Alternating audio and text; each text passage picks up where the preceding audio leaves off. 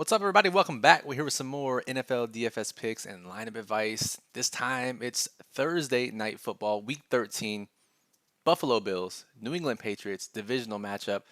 We're here to give you strategies and tips for FanDuel and DraftKings, everything you need to break down this showdown slate. Welcome. I'm Brian Jester, co-founder here at Occupy Fantasy, single game $1 million winner. And what we normally do in these videos, if you're new, is we talk about the injuries that impact the slate, low risk, high risk lineup construction tips, general angles, leverage strategies you need for any contest type that you're playing on FanDuel and DraftKings. Before we get started, though, make sure you are subscribed to the channel if you're not already. If you've seen these videos before, there's a decent chance you might not see them again if you're not subscribed, just based on what YouTube's algorithm is doing these days. So if you like it, just subscribe.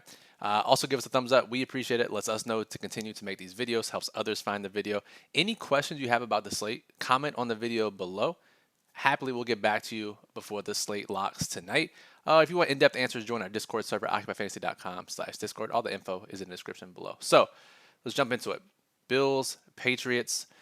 No weather concerns. There is a wind advisory. I was just talking in our staff chat earlier this morning. There is a wind advisory now in Foxborough, but that'll be clear by the time the game is starting. So no weather issues to think about when building lineups tonight.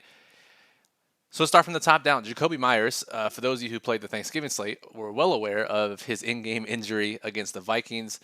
Fortunately, that game was last Thursday, so he had a full week to recover. He's been limited in practice. He was cleared to speak to reporters in the locker room after practice, which is a really good sign for someone's availability. He said he's good. He's going to play, so we can expect him to be out there tonight. Now, it was Nelson Aguilar who got a significant snap increase when Myers was out of the game, especially in the slot. So that probably bumps him down a little bit, but it is kind of tough to say. They've been rotating the receivers a lot lately with Tyquan Thornton, Devontae Parker, Kendrick Bourne. So really tough to figure out who gets a big downgrade with Myers back in the lineup. Remember, he only played a few snaps in the first half, came back for a little bit in the second half. So kind of tough to say, but all the guys are in play, especially in high-risk contests, mostly in high-risk contests. Just because of they have the ability to be on the field, and they're all pretty cheap outside of Jacoby Myers. Now, scrolling on down, let's keep moving here. The biggest injury on the entire slate is Damian Harris is out. Injured his thigh in that Vikings game on Thanksgiving. He's out tonight. It's going to be the Ramondre Stevenson show. Stevenson, all the way third highest priced player on both sites, rightfully so. And in Harris's absence, he's actually missed 2 games so far this year, which is kind of nice. We can go back and look at it. But there were 2 different backup situations in those games. In the first game, back in week 6 against Cleveland, it was, and we're going to have to scroll all the way down here for all these guys, it was Kevin Harris and Pierre Strong backing up Ramondre Stevenson.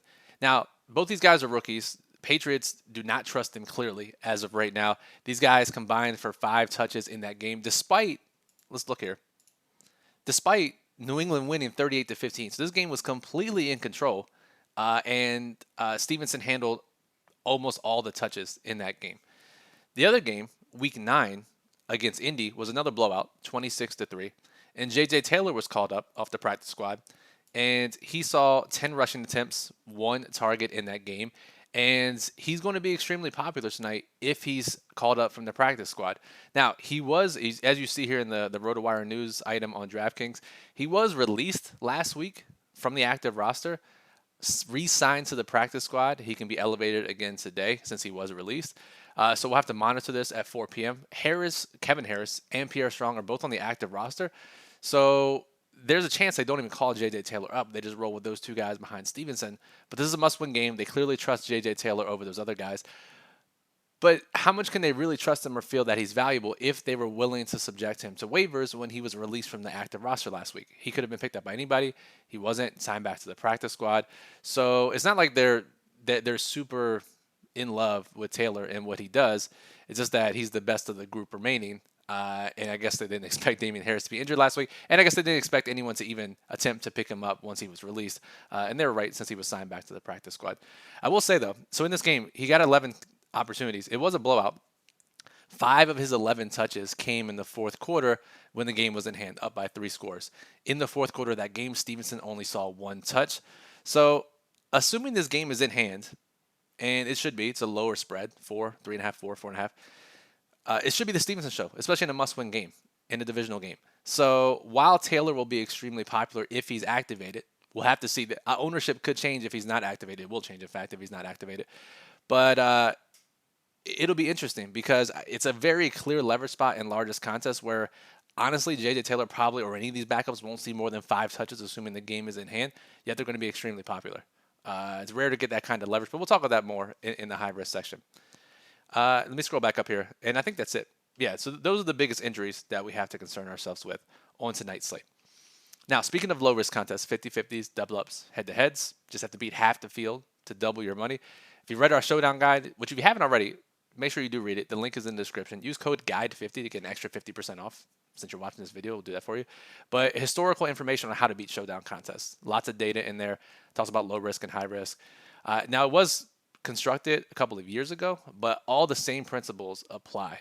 Now, our primary goal, especially on DraftKings, is try to lock up all the scoring. Get both quarterbacks, both running backs, if there are heavy workloads in the backfields. That way, when any touchdown is scored in this game, we probably have it in our low-risk lineup. Then you fill it out with kickers, defenses, and or value plays. So we can actually do that tonight.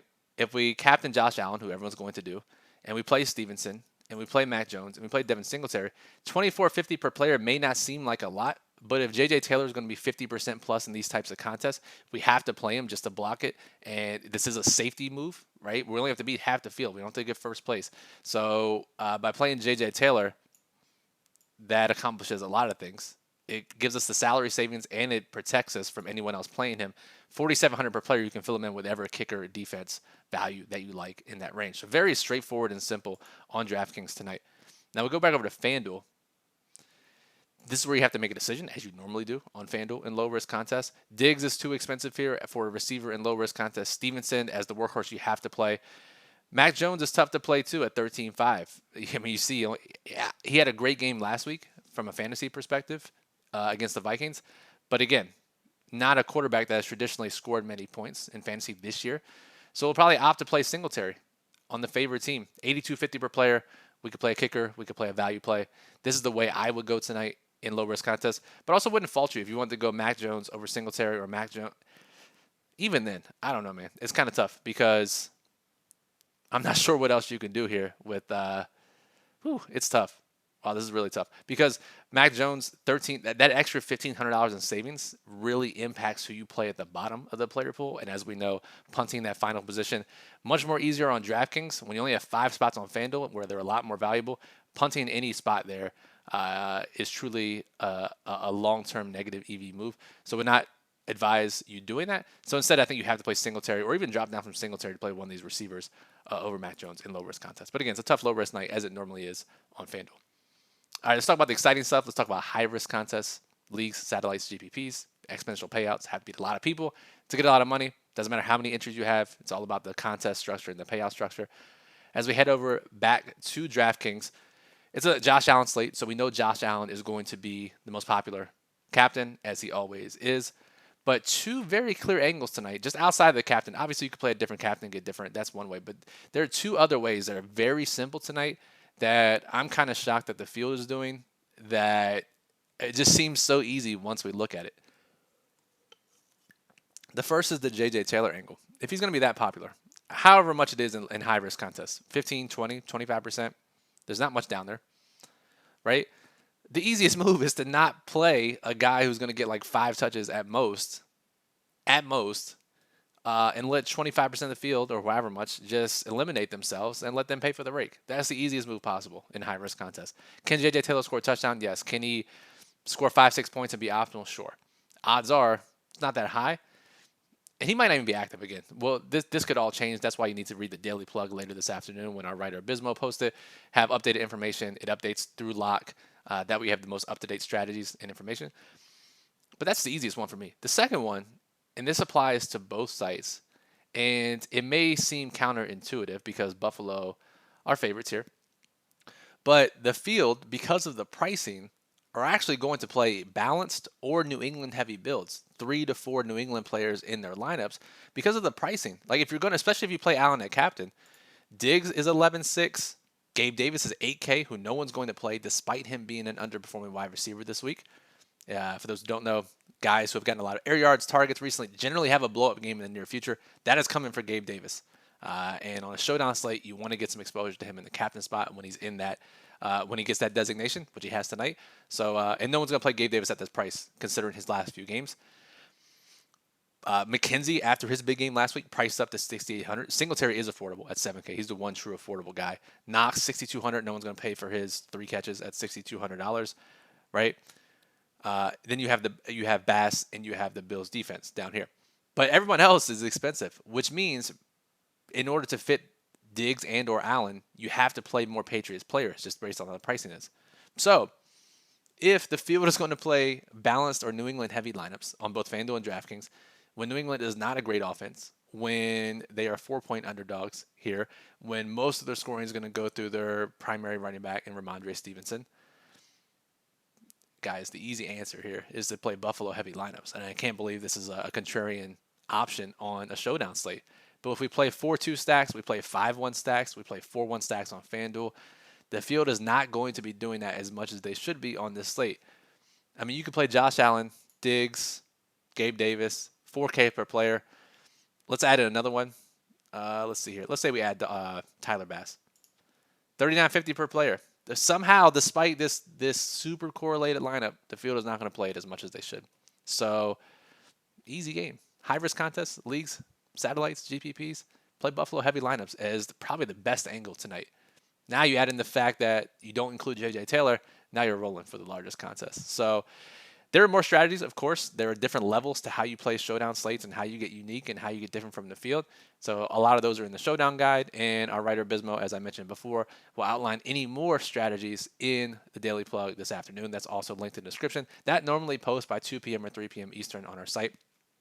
Our Occupy model is up and running with projected ownership. That will change and update throughout the day, especially if J.J. Taylor is not activated. Our lineup builder, build up to 300 lineups using our optimal showdown criteria. Everything you need to crush a showdown slate, OccupyFantasy.com. Appreciate you listening. As always, if you made it this far, I guess you like at least something that you've heard. So if that's the case, make sure you are subscribed if you're not already.